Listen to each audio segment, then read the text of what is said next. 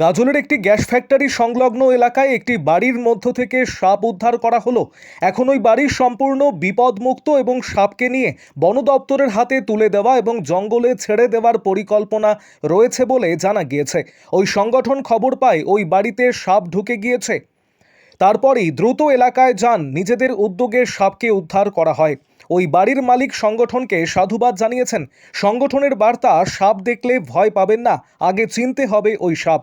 কিশোর বিশ্বাস বলেন, আমাদের খবর দিলে গিয়ে সাপ উদ্ধার করে বিপদমুক্ত করাই আমাদের টার্গেট। 24 ঘন্টা আমরা কাজ করে থাকি। আরও আপডেট থাকতে আমাদের ভিডিও শেয়ার ও ফেসবুক পেজটিকে লাইক করে ফলো করে দিন।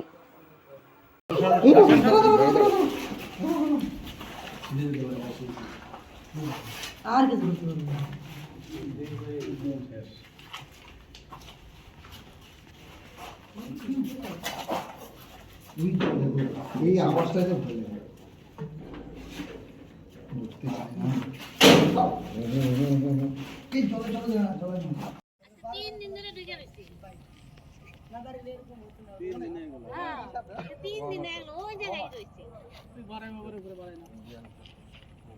ভালো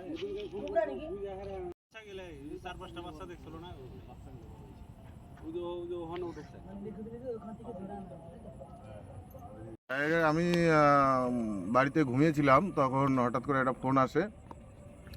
গাজল গ্যাস ফ্যাক্টরির পিছনে একটা ঘরের ভিতরে সৎসঙ্গ পল্লীতে একটি গোয়ামা সাপ দেখা যায়।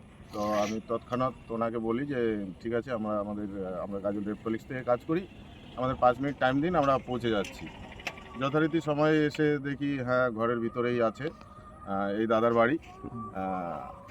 দাদা, আপনার নামটা বলবেন? সুজিত মন্ডল।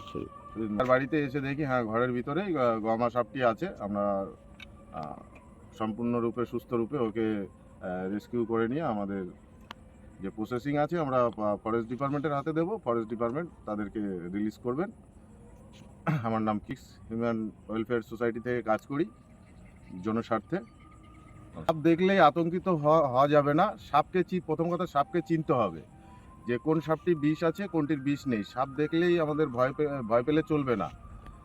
সব সাপ কামড়ায় না এবং আমাদের মানুষের সংস্পর্শে আসে না। আমাদের দেখেও তারা দূরে চলে যেতে চায়।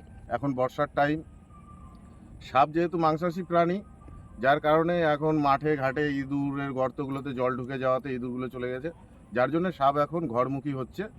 হ্যাঁ, এই বর্ষার টাইমটা চলে গেলে ওরা আবার মাঠে ঘাটে নেমে যাবে।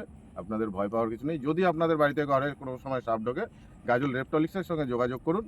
আমরা 24 ঘন্টা সার্ভিসের জন্য, শুধু গাজল নয়, মালদা নয়, গোটা পশ্চিমবাংলাতে আমাদের কাজ করার ইচ্ছা আছে। আমরা সেই উদ্দেশ্যেই এগিয়ে যাচ্ছি।